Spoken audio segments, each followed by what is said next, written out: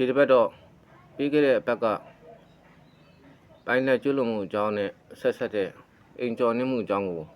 ကျွန်တော်အများပြည်သူဘူတုတလုံးကပြောပြပေးသွားမှာဖြစ်ပါတယ်။အိမ်ကျော်နှင်းမှုကိုတော့ရာဇကြီးပုံမှန်442မှာဒါအတိတ်ပဲဖွင့်ဆိုထားပါတယ်။အိမ်ကျော်နှင်းမှုဆိုတာဘာလဲ။မိသူမဆိုလူနွေအိမ်တို့မဟုတ်ရေရင်တို့မဟုတ်ကိုယ်ွယ်ရနေရာတို့မဟုတ်ပစ္စည်းတူလောင်တဲ့နေရာအဆောက်တနည်းအားဖြင့်ကိုတောင်ပေါ့အဲ့ထဲကိုဝင်ရောက်မယ်ဆိုရင်တို့ဒီမဟုတ်ရာဇဝတ်မကင်းသောကြော်နှင်းမှုကိုကျူးလွန်မယ်ဆိုရင်အိမ်ကျော်နှင်းမှုမြောက်တယ်ဆိုပြီးတော့အတိတ်ပဲဖွင့်ဆိုထားပါတယ်အဲ့မှာချွင်းချက်ရှိတာကအဲ့လိုအဆောက်ရေရင်လူနေအိမ်ထဲကိုဝင်မယ်ဆိုရင်လူရဲ့အဲ့အိမ်ကျော်နှင်းမှုကျူးလွန်သူရဲ့ကိုယ်ရင်ကအစိပ်ပိုင်းတစ်ခုခုဝင်သွားရင်တော့မှအိမ်ကျော်နှင်းမှုမြောက်ပါတယ်တဲ့ဆိုတဲ့အထိပ္ပယ်ကအဲ့အိမ်တို့ရေရင်တို့ကိုယ်ွယ်ရနေရာဒေသတွေကို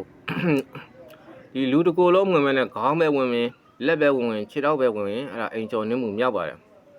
အိမ်ကျော်နှင်းမှုနဲ့ကျွလွန်တဲ့သူကိုချမှတ်ရမယ့်ပြစ်ဒဏ်ကိုရာဇကြီးပုံမှန်448မှာပြဋ္ဌာန်းထားပါတယ်မိသူမဆိုအိမ်ကျော်နှင်းမှုကျွလွန်မယ်ဆိုရင်အဲ့ဒီသူကိုတစ်နှစ်ထိထောင်ဒဏ်ဖြစ်စေ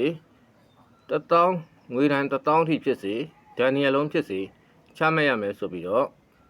ပြဋ္ဌာန်းထားပါတယ်ဒါနဲ့ဆက်တဲ့ရက်ွက်ထဲမှာအဖြစ်များတဲ့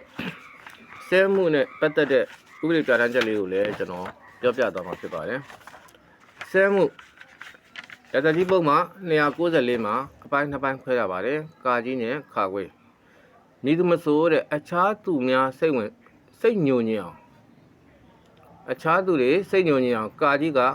အများပြည်သူဆိုင်ရာနေရာတစ်ခုခုမှာညဉ့်ညမ်းသောပြုလုပ်မှုတစ်ခုခုပြုမယ်ဆိုရင်ခါခွေမှာကအများပြည်သူဆိုင်ရာနေရာတစ်ခုခုမှာသို့မဟုတ်အဲ့အနီးနားမှာလမ်းဆောင်လမ်းကွာအများပြည်သူဆိုင်ရာလမ်းပေါ်အဲ့အများပြည်သူနဲ့ဆိုင်တဲ့အနီးနားမှာညဉ့်ညမ်းတဲ့ကြပြာသို့မဟုတ်လင်္ကာသို့မဟုတ်တချင်း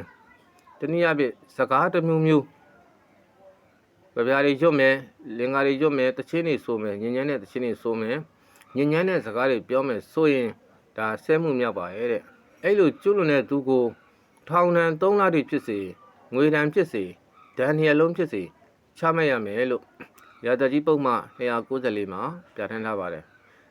ဒီတစ်ပတ်တော့အင်ကျော်နှင်းမှုနဲ့ဆဲမှုအကြောင်းကိုကျွန်တော်ပြောပြပေးသွားတာဖြစ်ပါတယ်အားလုံးကိုကျေးဇူးတင်ပါတယ်